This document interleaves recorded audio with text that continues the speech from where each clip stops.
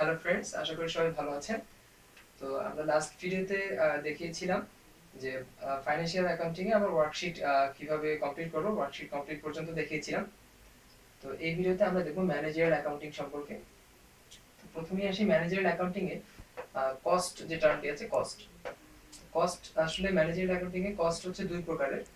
একটা হচ্ছে ম্যানুফ্যাকচারিং আর product cost, এবং আরেকটা হচ্ছে পিরিয়ড কস্ট।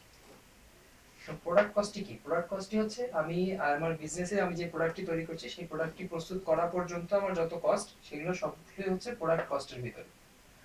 আর পিরিয়ড কস্ট হচ্ছে আমার প্রোডাক্টটি তৈরি হয়ে যাওয়ার পরে যখন আমি এটি সেল করব, সেল করতে যাব, তখন আমার যে কস্টগুলো আছে সেগুলো হচ্ছে আমার পিরিয়ড কস্ট। তো দেখেন, প্রোডাক্ট কস্টের ভিতরে আছে ডিরেক্ট ম্যাটেরিয়াল, ডিরেক্ট লেবার এবং ম্যানুফ্যাকচারিং ওভারহেড।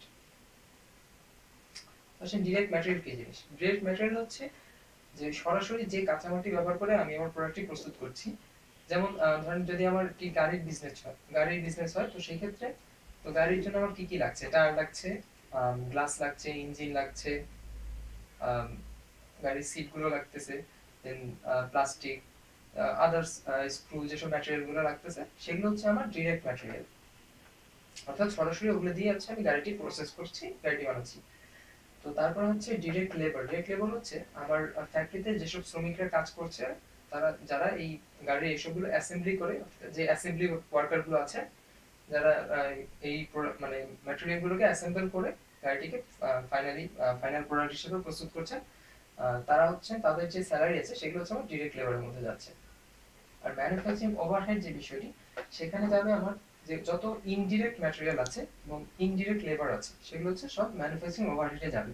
যেমন আমার ফ্যাক্টরির যে ম্যানেজার আছেন, ওনার যে স্যালারি, সেটি কিন্তু আমার সরাসরি আমি কিন্তু বলতে পারছি না যে একটি গাড়ি বা দুইটি গাড়ি প্রস্তুতের জন্য কত পরিমাণে সে স্যালারি পাচ্ছে। অর্থাৎ তার স্যালারিটি কিন্তু মানে গাড়ি অনুপাতে আসতেছে না, মানে আমার অ্যামাউন্ট অনুপাতে আমি কিন্তু বের করতে পারছি না। সেক্ষেত্রে সেটি কিন্তু টোটাল একটি অ্যামাউন্ট হচ্ছে। অর্থাৎ এক মাসে যদি আমার 10টি গাড়ি প্রস্তুত হয়, তাহলেও তার যে স্যালারি, একটি গাড়ি প্রস্তুত হলে তার স্যালারিটি সেম।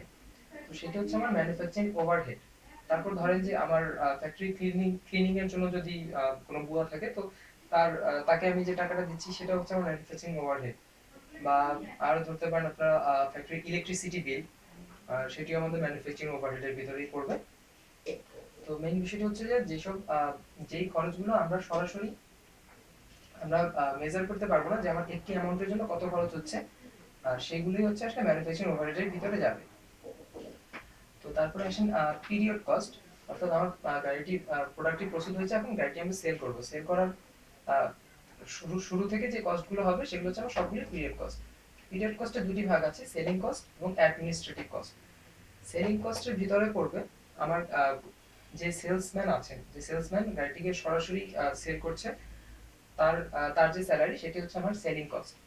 তারপর আমি গাড়িটি নিয়ে যদি কোনো প্রিন্ট মিডিয়া বা ইলেকট্রনিক মিডিয়াতে অ্যাড দিচ্ছি, তো সেগুলো হচ্ছে অ্যাডের যে কস্টগুলো, সেগুলো আমার সেলিং কস্টের ভিতরে পড়বে। তারপর ধরেন যদি কোনো ব্র্যান্ড অ্যাম্বাসেডর থাকে আমার গাড়ি, তো ওনাকে আমি যে পেমেন্টটা দিচ্ছি সেটাও আমার সেলিং কস্টের ভিতরে পড়ছে।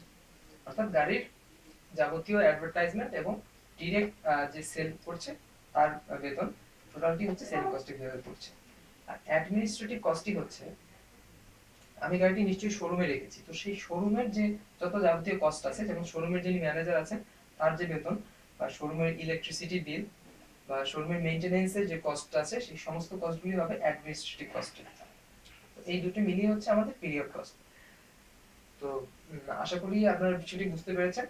তো এইভাবে আসলে আমরা কস্টের প্রত্যেকটি টার্ম আমরা বললাম। তো আশা করি ভিডিওটি আপনাদের ভালো লাগবে। তো ভিডিওটি ভালো লাগলে অবশ্যই লাইক করবেন এবং আপনার বন্ধুদের সাথে শেয়ার করবেন। তো পরবর্তী ভিডিওতে আমরা চেষ্টা করব যে কিভাবে আমরা কস্ট অফ ম্যানুফ্যাকচারিং কস্ট গুলো কিভাবে আসে, পরপর ধাপে ধাপে দেখানোর চেষ্টা করব। তো ভিডিওটি ভালো লাগলে অবশ্যই শেয়ার করবেন এবং আপনার বন্ধুদের সাথে, এবং আমার চ্যানেলটি অবশ্যই সাবস্ক্রাইব করবেন। ধন্যবাদ সবাইকে।